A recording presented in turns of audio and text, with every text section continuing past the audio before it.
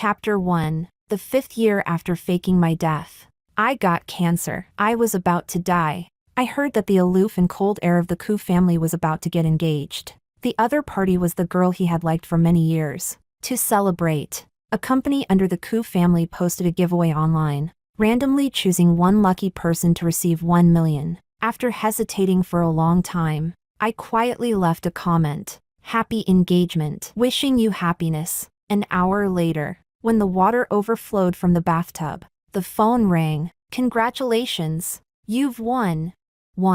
I didn't die. I was saved by that phone call. On the other end of the line, the staff member was still smiling as she congratulated me. You're really incredibly lucky.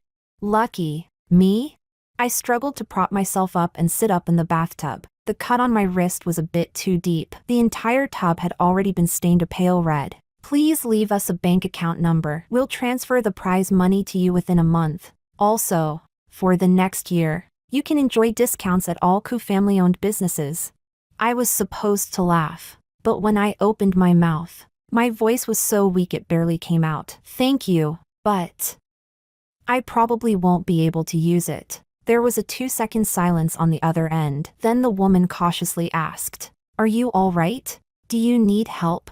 My blood-deprived brain was spinning. I forced myself to climb out of the bathtub, splashing blood-stained water all over the floor. "I'm sorry, could you please help me call an ambulance?" The ambulance arrived very quickly. I had just come back from the hospital that morning, and by evening I was back again. The doctor in charge of me had originally been very disapproving of my disregard for my own life, but after pulling up my medical records, she fell silent. She sighed. "I know things must be very hard for you right now, but please try to hold on a little longer." I looked at her blankly. Suddenly, I remembered that someone had said those exact words to me before. It was just that back then, I was in such a terrible state that I couldn't even take care of myself. In the end, I could only flee in disgrace. Helen rushed over soon after. The moment she saw me lying in the hospital bed, her eyes immediately turned red. "Lydia, are you trying to scare me to death?" We had clearly parted that morning, and I had promised her I would cooperate with the treatment, even though, given my family's situation, we couldn't possibly afford the expensive medical fees. Helen's parents had died in that earthquake 5 years ago. These past few years, she and I had depended on each other for survival. Using the savings we'd accumulated before, we opened a small flower shop, barely managing to get by. After learning about my illness, Helen cried once, then wiped away her tears and said she would apply for a leave of absence from school and find a part-time job so she could take care of me. But how could I possibly burden her like that? She was still so young. She should be enjoying the best years of her life at university, not being dragged down by me. "I'm sorry." I apologized to her. "I'm just too tired." Helen cried again. Just then, a sudden commotion erupted outside the emergency room. It seemed there had been a traffic accident somewhere, and the injured had been sent to the nearest hospital. A nurse came to inform me that my bed was ready. As we passed through the lobby, the large screen was broadcasting recent news. The Koo family's heir, Alexia Koo, had spared no expense and would be holding his engagement banquet 2 months later on a southern island. In the interview, the reporter asked him why he had chosen that time and location. The man, usually cold and taciturn, let out a rare, soft laugh. "Because she likes it. Because she likes it." I pressed my lips together, thinking of the phone call I had received not long ago. That staff member had a very pleasant voice and was very kind. When she learned that I had slit my wrist, she panicked briefly and immediately called an ambulance for me. On the way to the hospital, the call never disconnected. She kept repeating in my ear, "You absolutely must not die. If you die, what about the 1 million? You're the luckiest person I've ever seen. From now on, you're definitely going to keep being this lucky." I had wanted to thank her and say that her company was really generous, but the moment I thought about who her boss was, the words wouldn't come out. Getting engaged on a southern island, and casually giving away 1 million in a random draw. Alexia, you really are just as extravagantly wasteful as ever. Chapter 2. From childhood to adulthood.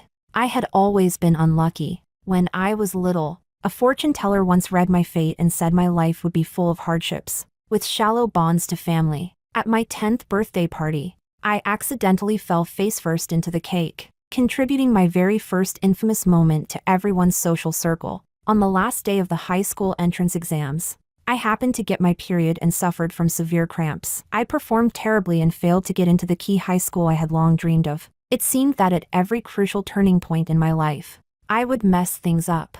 I didn't inherit my mother's striking beauty, nor did I inherit my father's sharp intellect. Back then, whenever people mentioned me, there was always a prefix attached. Oh, Alexia's childhood sweetheart. The name Alexia always shone brightly. We grew up together, and our relationship had always been close. The day we officially announced our relationship, it caused quite a stir on social media. Setting aside personal feelings, our two families were old acquaintances, and we were considered well matched in every sense. Until the year I graduated from college. When the truth came out, I was a fake heiress. Back then, 2 pregnant women had gone into labor at the same time. Due to a moment of negligence, a nurse had switched the babies, and the real heiress, along with my biological parents, had already died in a car accident. From that moment on, my world was turned upside down. My adoptive mother cried day after day. When her emotions spiraled out of control, she would even blurt out why it wasn't me who had died.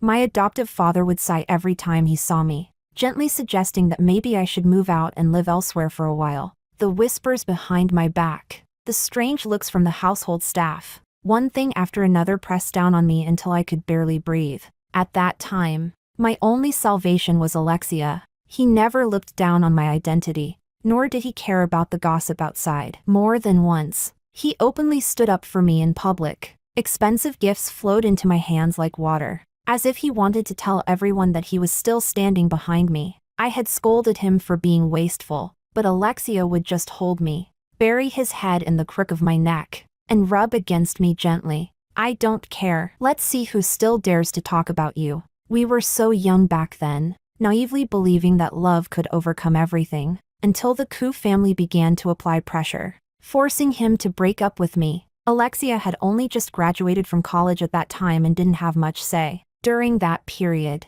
he was always busy. He followed his family's arrangements and joined the company, desperately wanting to prove himself, so his family would acknowledge him and grant him autonomy over his marriage. Several times when we met up, he arrived late, exhaustion written all over his face. I could tell how tired he was. So during meals, I tried every possible way to make him laugh. But after I racked my brain to come up with a joke and looked up again, Alexia was already asleep in front of me, sitting there, completely worn out. He became busier and busier. The conversations between us grew fewer and fewer. He still sent me good morning and good night messages, still asked whether I had eaten properly, but I began to grow silent. After being mocked both openly and covertly at yet another gathering, I finally couldn't take it anymore and hid in the restroom to call him. But once the call connected, before I could say anything, I heard Alexia's tired yet gentle voice. What a coincidence. I was just about to call you.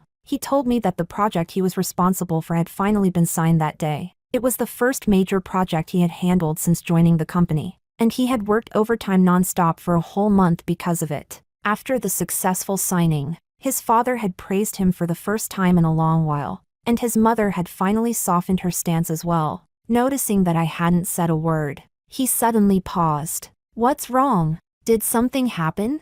No, I tried very, very hard to suppress the bitterness welling up inside me. I had wanted to say that those people spoke so viciously. Those veiled yet contemptuous looks felt like a thick towel soaked in winter water, clinging tightly to my body, cold and suffocating. I wanted to say that I felt like I couldn't hold on anymore, but when I finally spoke, my tone was light instead. What could be wrong with me? I just missed you. How could I bear to make him worry about me again, when he was already trying so hard just to be with me? And yet, I couldn't help him with anything at all. After that day, I refused all social engagements. For a period of time, I hated going outside. I began to fear other people's gazes. I drew all the curtains in the house shut. My appetite shrank, and in just 2 short months, I lost more than 10 kilograms. By the time Alexia finally realized something was wrong and rushed to my house, dragging me out of bed, only then did I realize that we hadn't seen each other for over a week. Alexia asked me, Did you eat dinner? I thought for a moment. No. What about lunch? No. Then breakfast? When I was about to shake my head again, his expression darkened. When was the last time you ate? I tried hard to remember. It seems like last night, or maybe noon. I really couldn't recall. Lately, my memory had been terrible. I forgot to eat, forgot to wash up, and even forgot to reply to Alexia's messages. I was clearly just lying in bed, doing nothing at all, yet I felt unbearably, overwhelmingly tired. Alexia carried me into the bathroom and personally helped me wash up. Then he urged me to eat. Chew properly, don't just swallow it. But I was really so tired. That single meal took an entire hour. After eating, drowsiness crept over me again. This time, Alexia didn't leave. He lay down beside me, half asleep, half awake. I was held in his arms as he coaxed me softly by my ear. Give me a little more time. Okay, I know you're very tired. Just wait for me a bit longer. All right. From that day on, Alexia moved into my place. The apartment had been bought during college, not big. Just a modest 2-bedroom with a living room. After Alexia came, my life began to regain some structure. Every morning before work, he prepared breakfast and lunch for me and made sure I finished them on time. Every evening after work, he rushed back to have dinner with me, then dragged me out for walks and light exercise. My physical condition visibly improved, but Alexia grew more and more exhausted,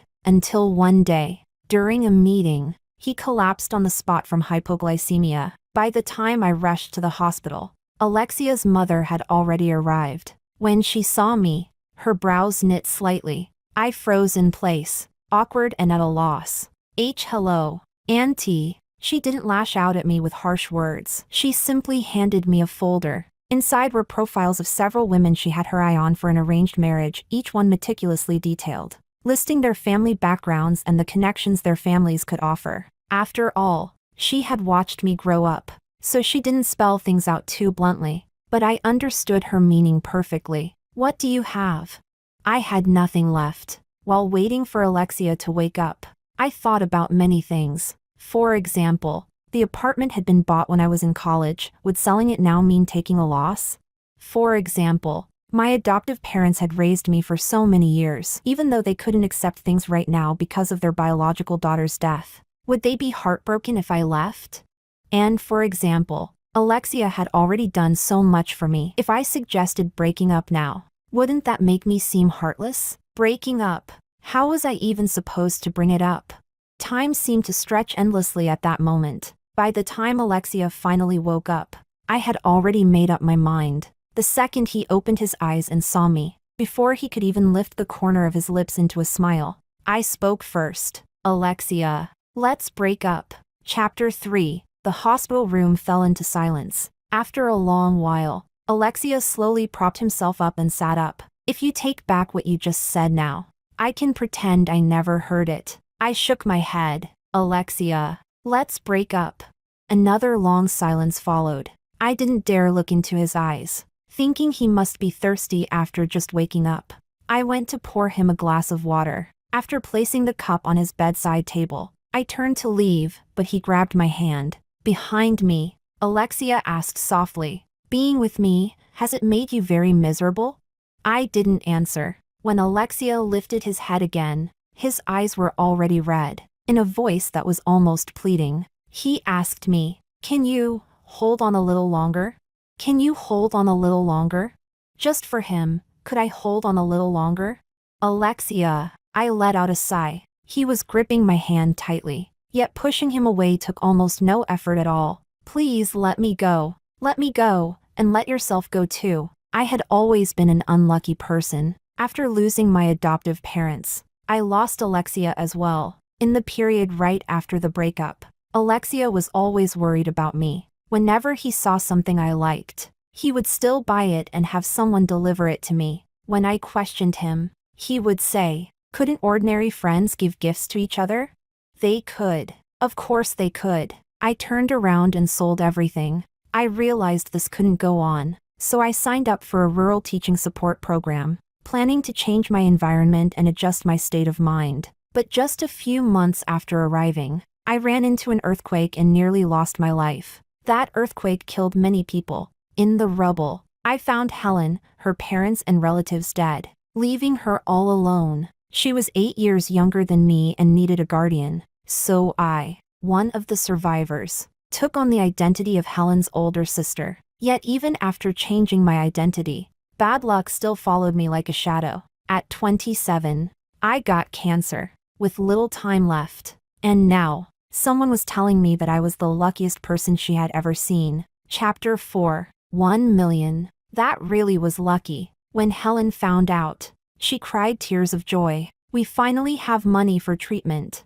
Yes, how wonderful. I needed money, and someone just happened to come and give it to me. In the ward next door was a patient injured in a car accident. I saw medical staff going in and out constantly. It seemed the person inside had a very unusual background. After 2 days of observation, the doctor finally agreed to let me leave. Before I went, she earnestly advised me once again to make sure I stuck with the treatment. The flower shop had been closed for 2 days, causing us to miss several pre-orders. I apologized to each customer one by one, promising them a free order next time. The flower shop was only 1 street away from the hospital, and many people would buy flowers while visiting patients. On the very first day after reopening, we received a big order. The flowers requested were all the most expensive varieties. A hefty delivery fee was paid, with instructions to deliver them to a specific hospital ward. I glanced at the room number, and it turned out to be the one right next to mine. By the time I rushed to finish the arrangement,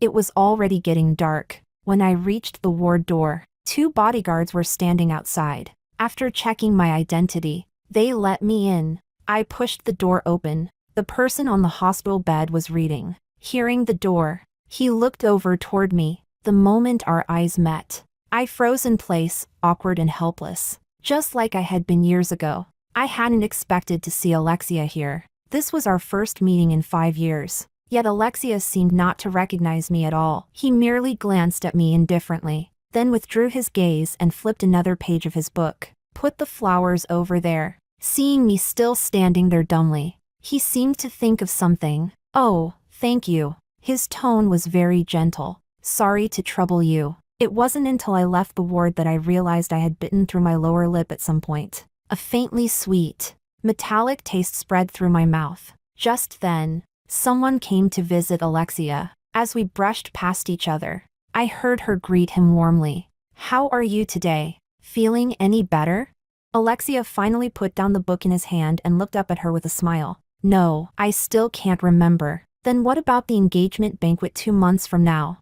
The ward door closed, and I couldn't hear what was said inside anymore. I only thought quietly to myself, what a beautiful girl, even prettier in person than in photos. She must be his fiancée. As I was leaving the hospital, I heard the nurses at the station chatting. The patient in room 416 was said to come from a very wealthy family and had been hospitalized after a car accident. During the accident, he had hit his head, causing internal bleeding that pressed on his nerves, resulting in partial memory loss. He had forgotten many people and many things. After the brief shock passed, I felt dazed. So it wasn't that he was deliberately ignoring me. Alexia, he had truly forgotten me. I lowered my eyes, unsure whether what I felt was relief or loss. Chapter 5. After that day, business at the flower shop suddenly picked up. It felt like ever since I was diagnosed with cancer, my luck had started to turn. On the winter solstice, we took several big orders in a row. By the time everything was finished,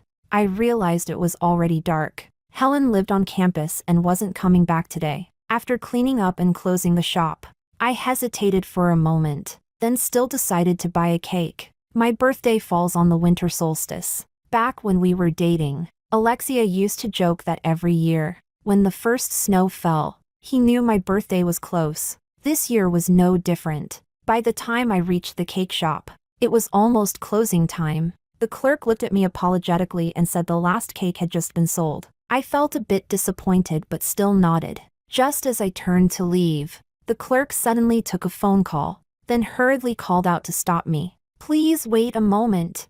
I turned back in confusion. She told me that a customer who had pre-ordered a cake had just called to say something came up and they wouldn't be able to pick it up. It happened to be a 4-inch strawberry chocolate birthday cake. Not too big. Not too small, just enough for one person. You're really very lucky, the clerk said with a smile. I looked at the packaged cake and felt that this sudden streak of good fortune didn't quite feel real. As I left the cake shop, a car passed by on the opposite side of the road, its window slowly rolling up. I glanced at it without thinking, froze for half a second, then instinctively chased after it. I accidentally bumped into someone on the way and hurriedly apologized. I'm sorry. I'm so sorry. But my feet didn't stop moving. I didn't even notice that the cake had been crushed out of shape. Just then, the traffic light ahead turned red, and the car stopped. After clearly seeing the license plate number, I came to an abrupt halt. It wasn't that number. I gasped for air, one breath after another. So it wasn't him. The place where I had been bumped suddenly started to hurt. Tears fell for no apparent reason. At that moment, the girl I had just bumped into chased after me, startled when she saw me. Are you okay? You're bleeding.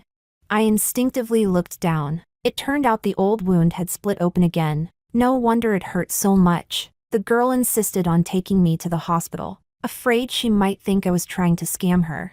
I hurriedly said I didn't need her to pay for the medical bills. The nearest hospital happened to be the one where Alexia was staying. When we arrived, the doctor saw me again, this familiar face, and was at a loss. I was still holding the smashed cake in my hand, feeling a little embarrassed. This birthday really had been full of twists and turns. After the wound was bandaged again and I came out, an unexpected figure appeared outside the emergency room. It was Alexia. Our eyes met, and I froze for a second before lowering my head evasively. At the same time, I wondered what he was doing downstairs so late at night. The girl who had bumped into me went to pay the fees. I found a chair to sit down, planning to wait for her to come back so I could transfer the money to her. Before long, the light beside me dimmed as a tall figure sat down. My body stiffened. The hospital lobby at night was still bustling with people, yet I felt like I was sitting on pins and needles. Until the person beside me suddenly spoke.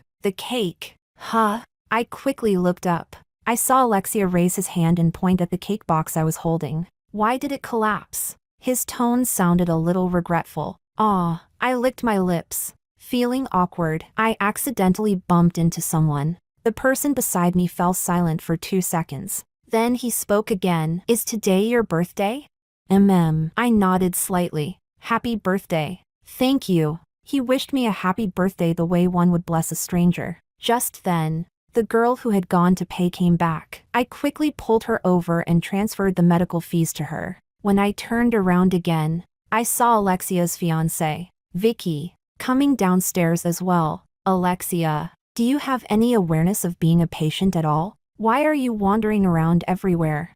I didn't dare listen any further and was just about to flee in embarrassment, when I suddenly heard someone call out, Lydia. Chapter 6. Time seemed to freeze at that moment. Countless thoughts flashed through my mind in an instant. Stiffly, I turned around and looked at Alexia. Is this yours? He asked. Alexia's expression remained calm. He pointed at the payment receipt left on the seat and smiled at me. It has your name on it, Lydia. I bit my lip, walked over, and picked up the receipt. Lowering my head, I said, thanks for reminding me. Then I didn't dare look at him again. When I walked out of the hospital, the snow outside was falling even harder. By the time I got home, the soles of my shoes were soaked through with slushy snow, my socks clinging tightly to my feet. I lowered my head and changed my shoes. Helen called just as I was lighting candles on the cake. The cake had collapsed and didn't look very pretty, but it was still edible. Helen immediately noticed something was off. What's wrong with your voice? Why do you sound so nasal? It's nothing, I sniffed. I just feel really cold. On the way back just now, it was really cold. Helen didn't press further, only told me to dress warmer and not catch a cold. After lighting the candles, she asked me to put the call on speaker and had her dorm roommates loudly sing the birthday song for me. Thank you, everyone, I smiled. At that moment, fireworks suddenly went off outside the window. I took a slice of cake and went outside to watch. Hearing the noise, Helen asked in confusion. It's not a holiday, aren't fireworks usually banned in the city? I looked at the brilliant fireworks filling the sky, scooped up a big spoonful of cake, and stuffed it into my mouth. Maybe it's some rich young master giving his beloved a surprise. Helen chuckled softly. That's really romantic. Chapter 7. Back when we were dating, I often felt that Alexia was the type of boyfriend who wasn't very good at creating romance. He was always inarticulate, rarely said sweet words, and even when it came to confessing, I was the one who took the initiative. Not long after we broke up, I went to teach in the mountains. At first, I thought it would be hard to adapt. Later, I was so exhausted every day that I would fall asleep the moment my head hit the pillow. Teaching resources in the mountains were scarce. One teacher had to do the work of two, being both a teacher and a caretaker every day. When things got busy, there was simply no time to think about anything else. Love, romance, fake heiress or real heiress, grade a few stacks of papers, and all of that quieted down. Alexia still sent me messages, but I rarely replied, always pretending the signal was bad and I hadn't seen them. After a long time, he stopped sending them. In my 3rd month in the village, I turned 22. Early that morning, my phone rang. It was an unfamiliar number, but I recognized the area code. The phone rang for a long time. I didn't answer, and I didn't hang up either. When the ringing stopped, the screen lit up briefly, showing a missed call. I stared at that number for a long time, until the screen went dark. That string of digits was etched deep into my memory. When I arrived at class, the children had prepared a surprise for me and celebrated my birthday together. There were very few teachers at the mountain school. The principal and the parents were all grateful that I had come to teach. They brought out the best cured pork and sausages to treat me. There was no cake, so they steamed a beautifully shaped flour bun for me instead. As the children gathered around me, urging me to make a wish, they chirped like little birds. Teacher Lydia, we all like you. Teacher Lydia, will you always teach us? Teacher Lydia, what kind of birthday wish did you make? I opened my eyes and smiled as I blew out the candle. If I say it out loud, it won't come true.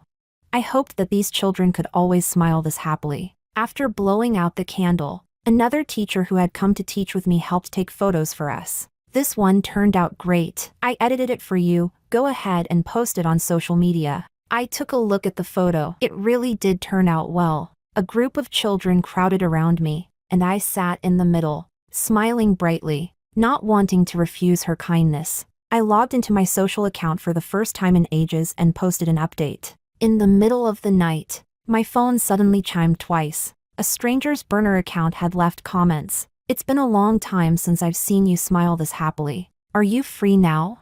I stared silently at those comments for a long time, typed something, then deleted it, until dawn was about to break. In the end, I still didn't reply. When I woke up again in the morning, the back end showed that those 2 comments had already been deleted by the poster. He was always so considerate. He never wanted to put me in a difficult position. So later, when the earthquake happened and I was trapped beneath the rubble, what I thought of was, I should have replied to his message. Otherwise, now, I wouldn't be regretting it this much. Chapter 8. I began treatment. The doctor said my condition was relatively good, it had been detected early, and there was still a chance if I could wait for a liver transplant. It was just that there were many patients ahead of me on the list. Whether I would actually get a donor in the end still depended on luck. When checking in, I asked the nurse in confusion, "Are there no shared wards left?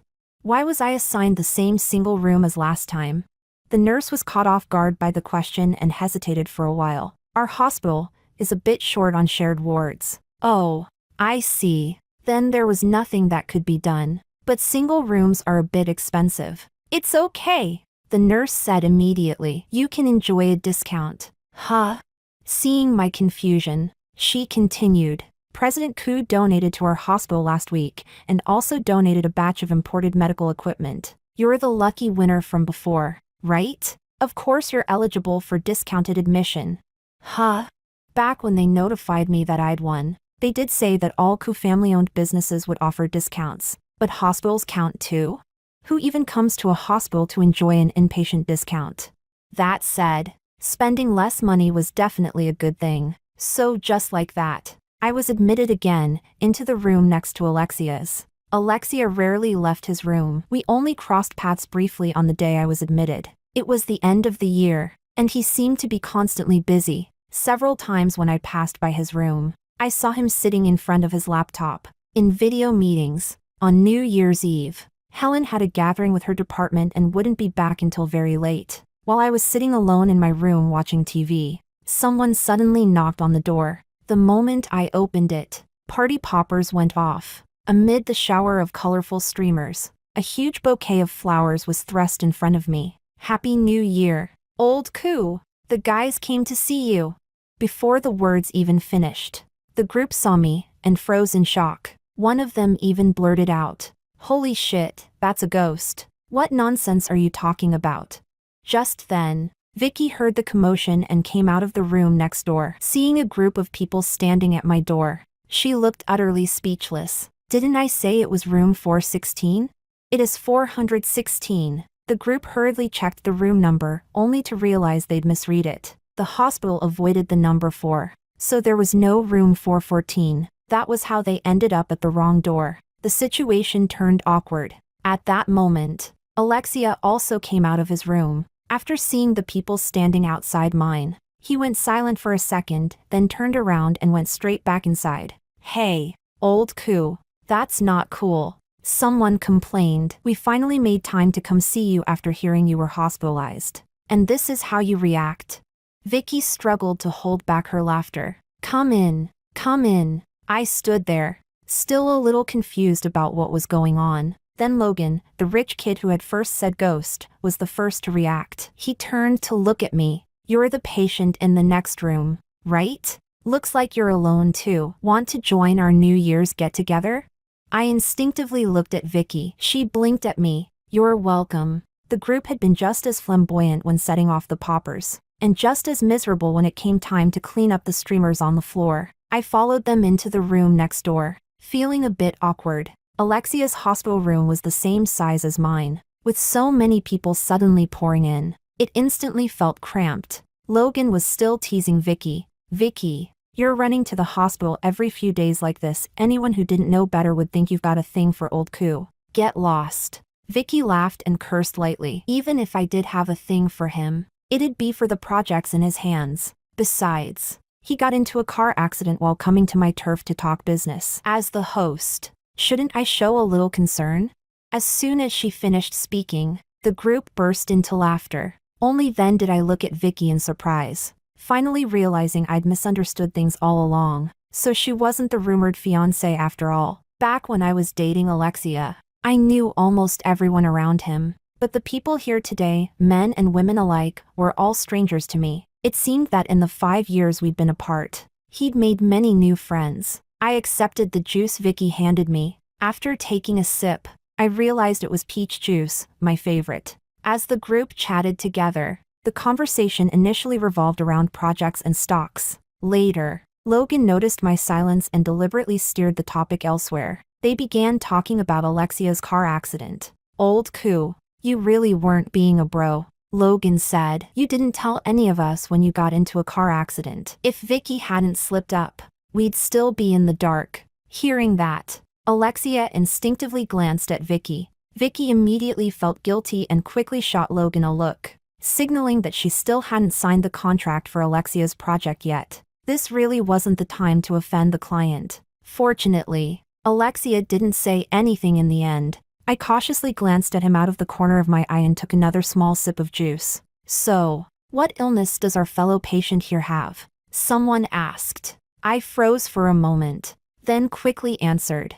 "Early-stage liver cancer. I'm waiting for a transplant." The others immediately fell silent.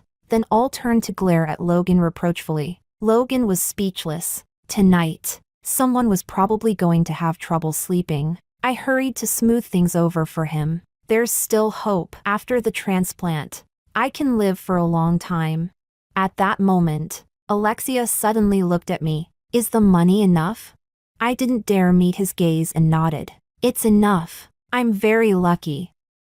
I received a donation. As for what kind of donation it was, I didn't say. The others all chimed in to comfort me. "You'll definitely get a donor. It'll be fine. If money's not enough, just tell old coo, he's always happy to help." Our old coup has the heart of a bodhisattva. Over the years, the donations he's made have helped so many kids in the mountains stay in school. The more they talked, the further off track it got, and Alexia's brow furrowed deeper and deeper. Just then, he received a work call and stepped out of the room. Only then did I carefully ask, "Have you known Ale, Mr. Koo, for a long time?" Logan nodded. "About 4 years, I guess." Then he sighed with emotion. "Back when we first met him, he was ice cold. Who would have thought he'd ever allow us to throw a get-together in his hospital room?" The others laughed and echoed his sentiment. And just like that, through their words, I heard about an Alexia I had never known. Chapter 9. 4 years ago, Alexia was transferred to the N City branch. At the time, rumors were spreading outside that he was a discarded heir, abandoned by his family, because he had been doing perfectly well at headquarters. Yet right when a promotion was within reach, he suddenly lost his mind and ran off to a mountainous region to participate in earthquake relief. Not only did he personally take part in searching for survivors after the disaster, he even donated all of his personal assets to support the relief efforts. When the money still wasn't enough, he called his childhood friends one by one to borrow more. After learning about this, his mother scolded him, asking if he had gone insane, and his father was deeply disappointed in him. Later, they directly stripped him of his position and told him to stay home and reflect. A year later, he was sent to the N City branch, entering a new social circle. The wealthy young elites were initially quite curious about this outsider, but after interacting with him, they concluded he was just a pretentious prick. He always carried an air of cold detachment, as if saying, "I'm different from you," and he rejected every attempt at friendliness. Gradually, everyone lost interest in the so-called discarded coup heir, until one time, when the group went abroad together for an inspection trip, bad luck struck. They ran into a blizzard that sealed off the city, trapping them in a hotel for an entire week. The timing happened to coincide with the Lunar New Year back home. On New Year's Eve, everyone still gathered together. At first, Alexia remained just as aloof and unsociable as ever. After several rounds of drinks, perhaps because being trapped together had softened everyone up, emotions ran high and the conversation turned to romantic experiences. When it was Alexia's turn, he fell silent for a long while. Just when everyone thought he was about to keep up his cold act again, he suddenly spoke. "She and I grew up together. We got together after we came of age, but we broke up a year ago." Logan finally seized on a crack in this cold freak's armor and immediately pressed him. "Why did you break up? Weren't you childhood sweethearts? You could actually let her go?" A barrage of questions followed, and everyone else's curiosity was piqued as well. Alexia seemed a bit drunk. He shook his head, thought for a moment, then slowly said, "Because she hadn't smiled in front of me for a very long time. She used to love smiling." The girl in his memories, though she'd always been unlucky growing up, had always been optimistic, and she loved to smile. The room fell silent for a few seconds. Logan cursed softly. "That's it? You let her go just because of that?" "Yeah, just like that. He let her go." "Then what happened after? Did you see each other again after the breakup?" "No." Alexia shook his head. "She disappeared in that earthquake." This time, the silence was even heavier. Vicky, standing nearby, felt like he was about to shatter. This was nothing like what she'd imagined at first. Thought he was a poser, turns out he's a die-hard hopeless romantic. At that, I cooperatively smiled, but inside, my chest ached uncontrollably. After that, he climbed the ranks at the N City branch and fought his way back to headquarters. His career luck was insanely good, and now he has real decision-making power in the Koo family. But he still insists on donating every year to that mountainous area that suffered the earthquake. The year before last, he even funded the construction of the first girls' high school there. Someone sighed. Practically a living bodhisattva. If his ex-girlfriend knew, she'd probably thank him on behalf of those kids in the mountains. Such a good man, how did anyone ever let him go? I nodded. Yeah, that's true. Chapter 10. As midnight approached, the group started planning to head to a bar for the next round. I politely excused myself, saying I needed to go back to my room and rest. The moment the ward door closed, Logan suddenly smacked the person who'd been talking earlier. "Are you trying to get someone killed? Why the hell are you saying things like that?" "What?"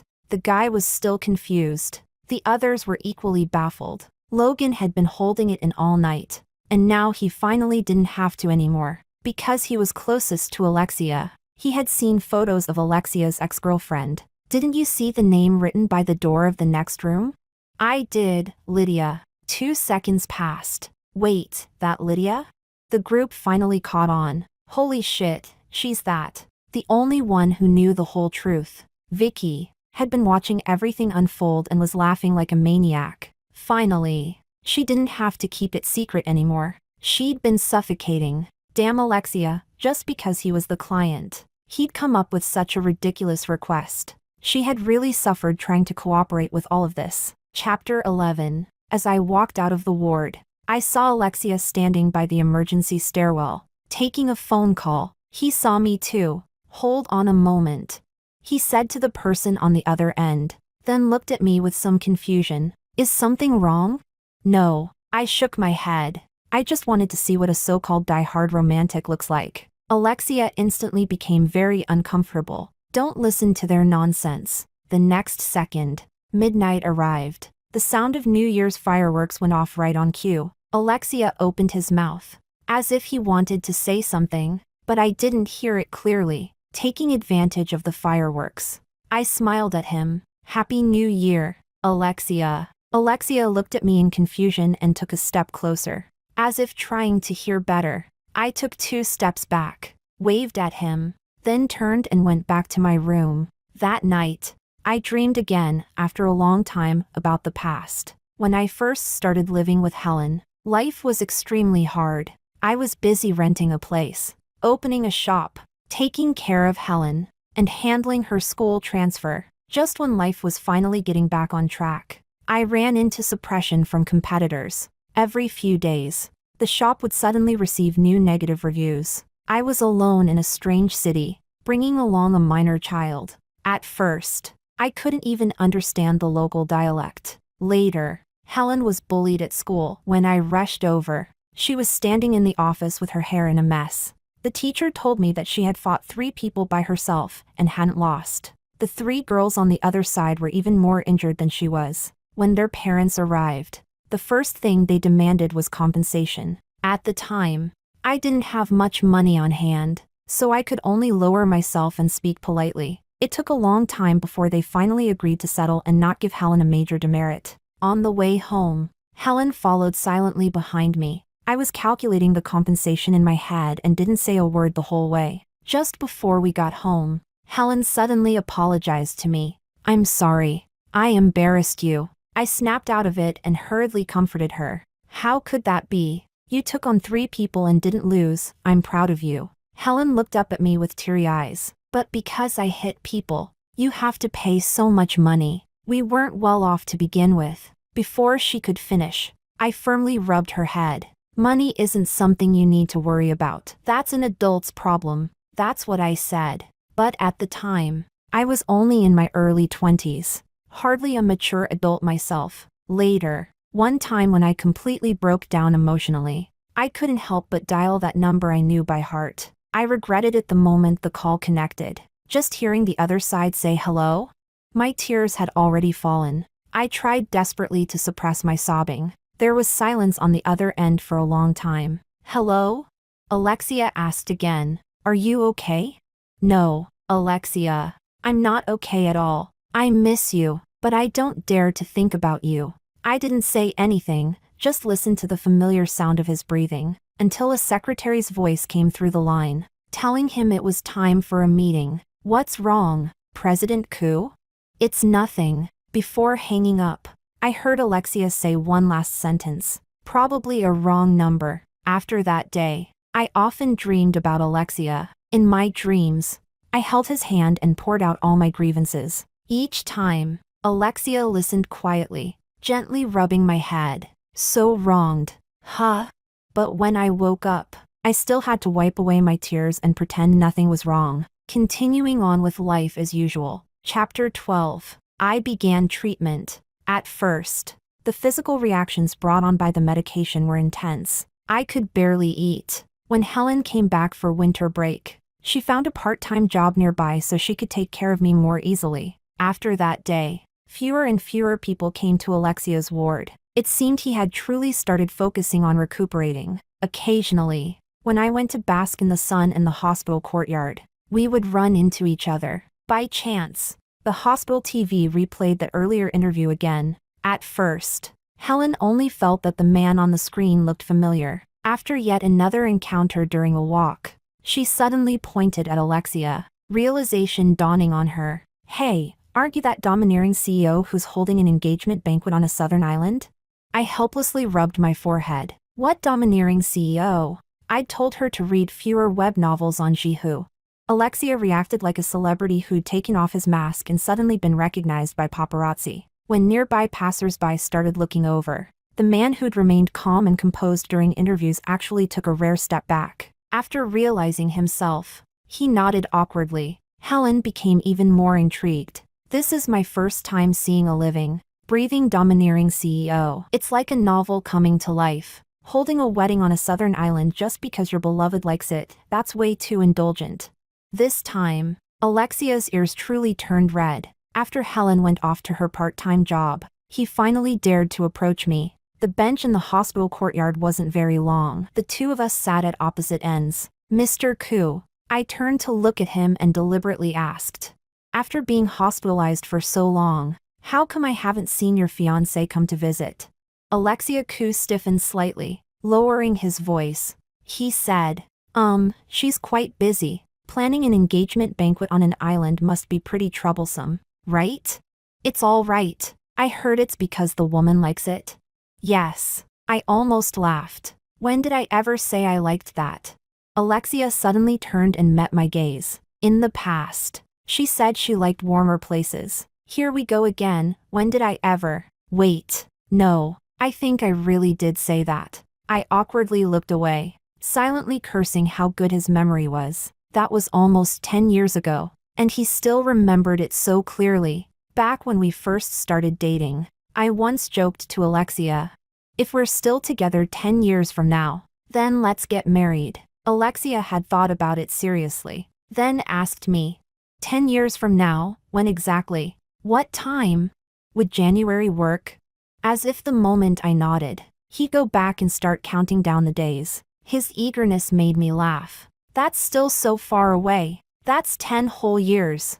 Besides, January is winter. Wearing a wedding dress would be freezing. I don't want that. I like it warm. What I'd meant was that I liked warmer seasons. Who would have thought he'd twist the meaning and directly choose a warm location instead? With that kind of comprehension, how did he even become a domineering CEO? I felt like laughing, and yet, my nose stung a little. Alexia, were these past years really how you'd lived, deceiving yourself like this? Chapter 13. Lydia. When I returned to the ward, Nurse Sue, who was in charge of me, saw me and immediately lit up. Where did you run off to? Why didn't you bring your phone? Aw, sorry. Before I could finish, Nurse Sue cut me off in a rush. Forget that. We just got a notice, there's a donor who matches you. Before I could react, the person beside me, Alexia, reacted even faster. Really? Can the surgery be done today? Nurse Sue gave him a strange look, then turned back to me. The notice just came down. I need an answer from you right now. You're very lucky. You were admitted the latest, so you should have been at the very end of the list. But the two patients ahead of you, one's condition worsened, and the other was a large-built male whose liver size didn't match the donor's. Did you eat lunch?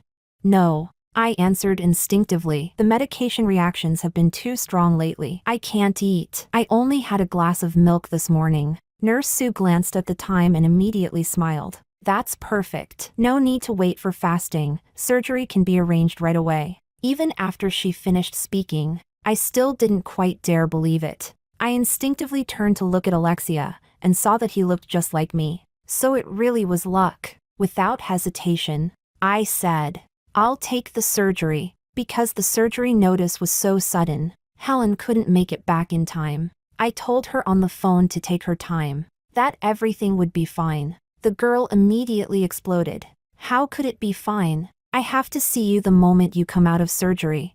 She'd only gone to work that shift because the hotel promised triple pay on New Year's Eve. Who could have guessed that the moment she arrived, I'd get the notice? As I was being wheeled into the operating room, Alexia was still comforting me. It'll be fine. Don't be scared. I'm not scared. By this point, there was no longer any room to pretend we didn't know each other. Chapter 14. The doors to the operating room closed. Alexia stayed outside. For the first time, he felt that hospitals were an unbearably cruel place. After finally finding her again, they forced him to endure another long torment. He tried to send a message to his assistant, only to realize his hands were shaking. It took a long time before the message finally sent. The assistant asked if he needed someone to come keep him company. He replied, no. He didn't know how long he'd been sitting outside the operating room. Suddenly, the doors swung open, and a nurse hurried out. Is Lydia's family here? With the New Year's Eve traffic jam, Helen still hadn't arrived. There was no one to sign. Alexia hurried forward. I'll sign. But when asked what his relationship to the patient was, he froze. How should he answer? They'd known each other for over 20 years. But now, they were no longer childhood sweethearts. No longer lovers. Just ordinary friends who had been apart for 5 years. And ordinary friends weren't allowed to sign. What's wrong?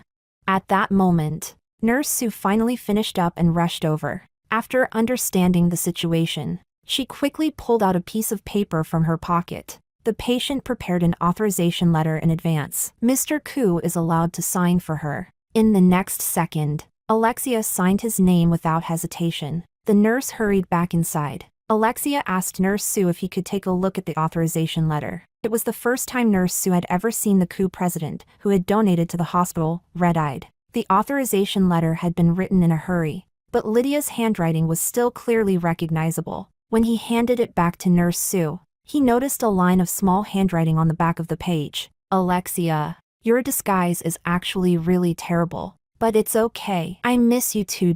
Chapter 15. When Helen rushed over, Nurse Sue had already left. Seeing Alexia standing guard outside the operating room, she hurriedly thanked him, but after waiting for quite a while, she noticed he still hadn't left. What was going on? Was the patient from the room next door really this concerned about her sister's surgery? She secretly glanced sideways at Alexia and saw that his eyes were red, as if he had been crying. So emotional? She withdrew her gaze and was just about to start praying, when suddenly, inspiration struck. Mr. Koo, she asked, is your phone number's last 4 digits 2420?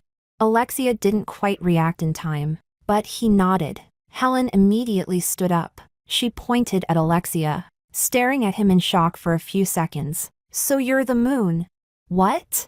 Alexia looked completely confused. The name my sister saved your number under, realizing that the man in front of her was the one her sister loved. Helen slumped back down again. But she never dared to call you, she said dejectedly. She would only stare at your number late at night and cry quietly. Lydia thought she had hidden it well, but teenage girls are incredibly sensitive creatures. Helen had long known that her sister must like the owner of the number saved as Moon. The girl sighed. What a pity. My sister likes you so much. But you're going to get engaged to someone else. Then what's my sister supposed to do? There is no one else, Alexia suddenly said. He looked at Helen seriously. There has only ever been her. You've known my sister for a long time? Helen asked in surprise. Did she accept your proposal? But she didn't tell me. Alexia fell silent. He turned his face away. I didn't get the chance to propose yet. After a pause, he added,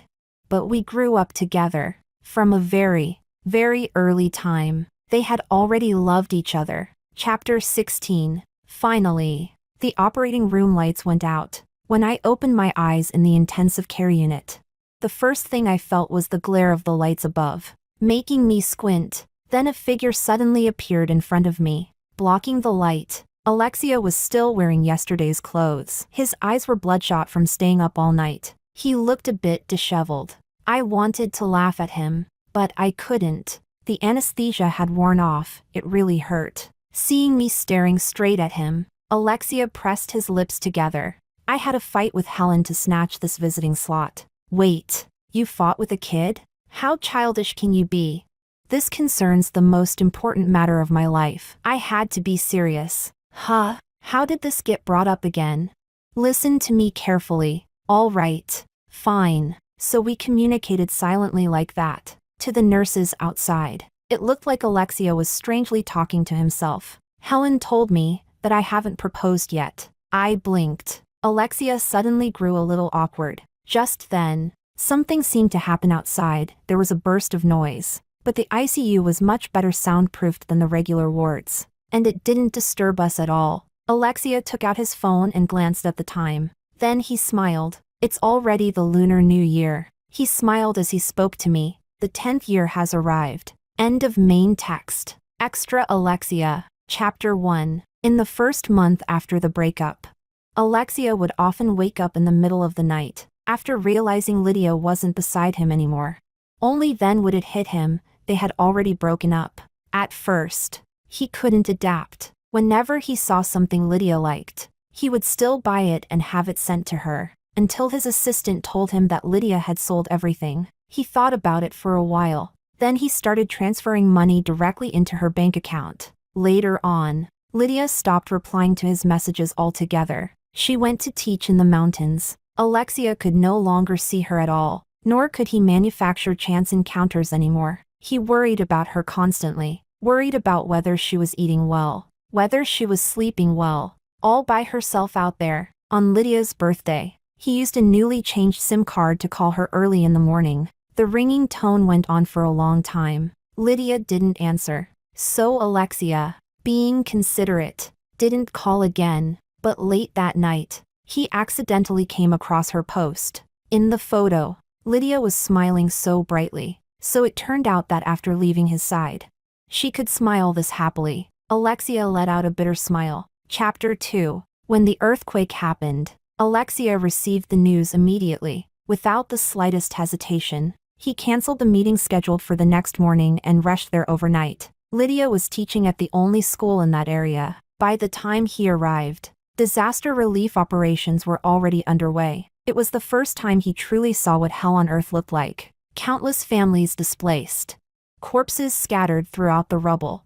Even the air seemed to reek of decay. He didn't have time to adjust. He threw himself straight into the rescue efforts. But he couldn't find her. Lydia was nowhere to be found. Days passed. The number of survivors being found grew smaller and smaller, while the number of bodies pulled out kept increasing. At one point, the assistant even felt that his boss's emotions were on the brink of collapse, as if he might do something like following her in death at any second. So frightened that he shakily called Alexia's parents to report the situation. That day, Alexia's phone was filled with missed calls, but he ignored them all, until 2 days later, when a subordinate finally brought good news. They had found someone suspected to be Lydia. It seemed she was among the first batch of survivors rescued after the earthquake. At that moment, Alexia had just landed.